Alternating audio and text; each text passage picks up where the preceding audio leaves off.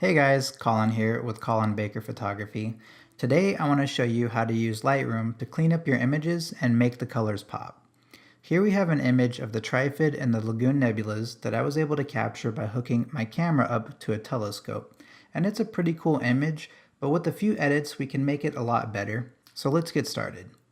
The first thing that I like to do is I like to go under my Lens Corrections tab and I enable my Remove Chromatic Aberration and I enable Profile Corrections. However, with this image being taken with the telescope, Lightroom actually doesn't have these profiles built in, and I'm not going to bother doing this manually, so I'm just going to go ahead and disable these. And we can start on our Basics tab. The first thing that I want to do is I want to darken this image up because it's just too bright for an astrophotography shot.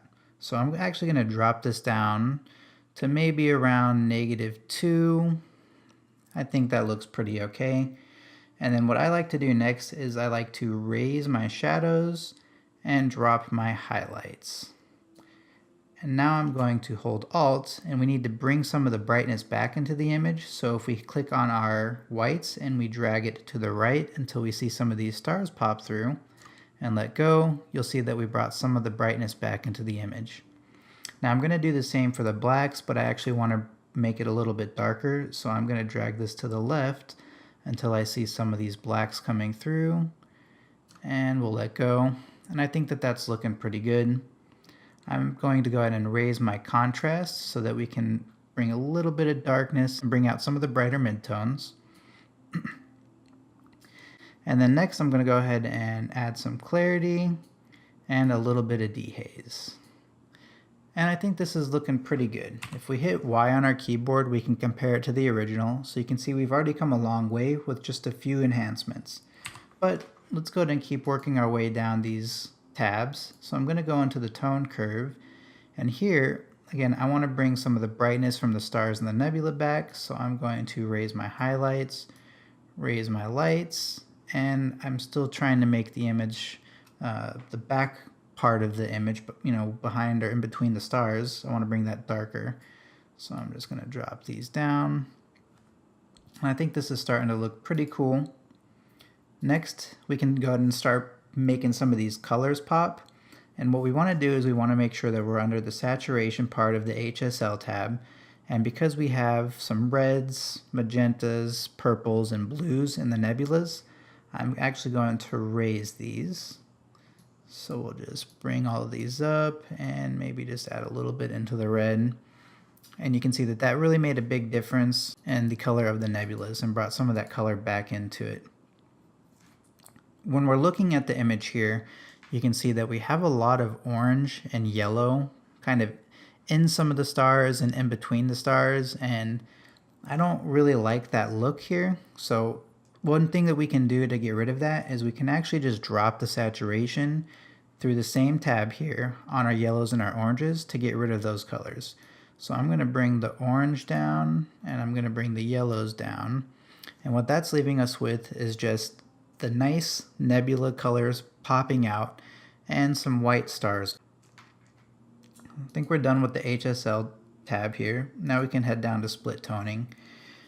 And this one, I don't think I want to do anything with the shadows, but I think with some of the stars and some of the highlights, we could add a little bit of blue into it just to make it stand out even more. So I'm going to go ahead and maybe select a nice blue color here.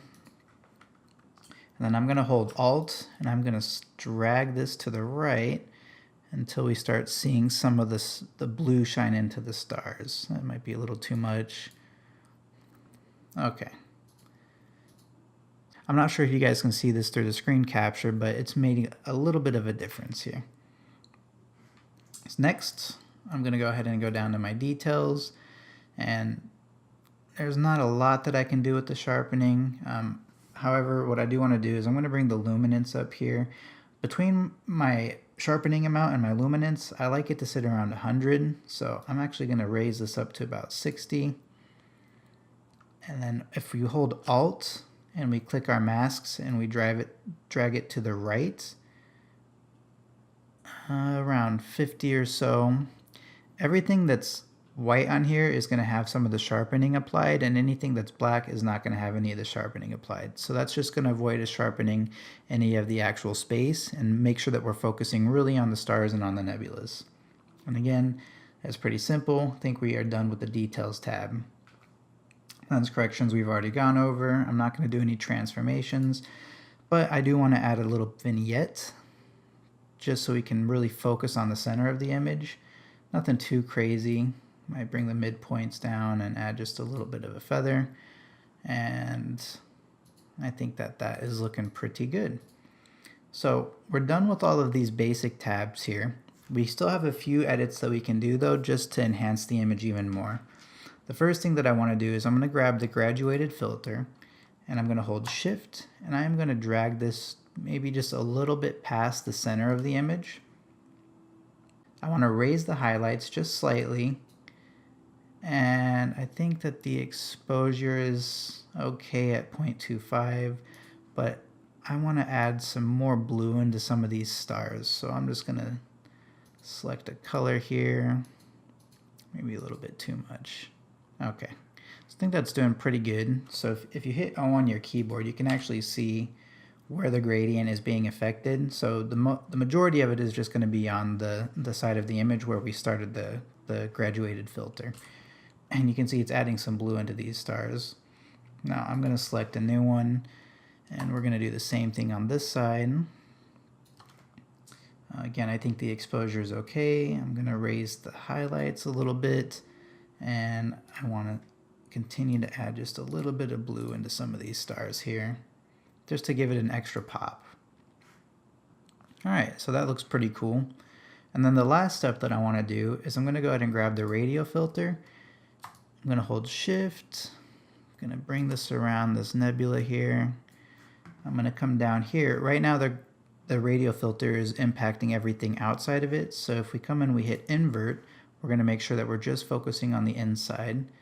And I'm actually going to bring the exposure down from the default maybe to about 0.17 looks okay. Again, we can add maybe just bring in a little bit of these highlights, and I think I'm going to add a little bit of just a slight amount of blue and maybe a slight amount of magenta. Again, we're just helping some of the colors in the nebula come out. And then I'm going to duplicate this one, and I'm going to bring it to the second nebula. Hold shift, make it a little bit larger, maybe a tad bit smaller.